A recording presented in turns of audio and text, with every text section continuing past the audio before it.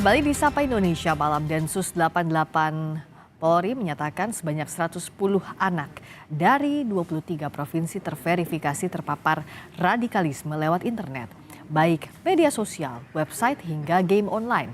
Paling banyak terdapat di Jakarta dan Jawa Barat.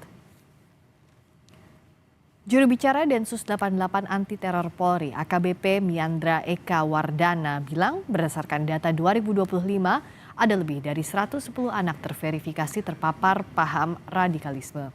Angka itu tersebar di 23 provinsi di Indonesia, di mana Jakarta dan Jawa Barat tercatat memiliki angka tertinggi. Densus 88 juga telah menangkap 5 pelaku penyebar paham radikal di internet.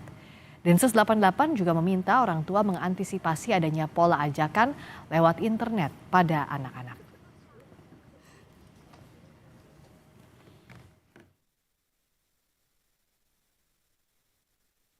Kurang lebih dari 110 yang saat ini sedang teridentifikasi. Jadi artinya kita bisa sama-sama menyimpulkan bahwa ada proses yang sangat masif sekali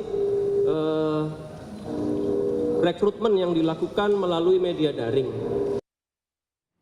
2 jam sudah kita melalui kebersamaan di Sapa Indonesia Malam. Terima kasih telah menyaksikan. Saya Radi Saputro. Dan saya Friska Clarissa. Terima kasih. Sampai jumpa.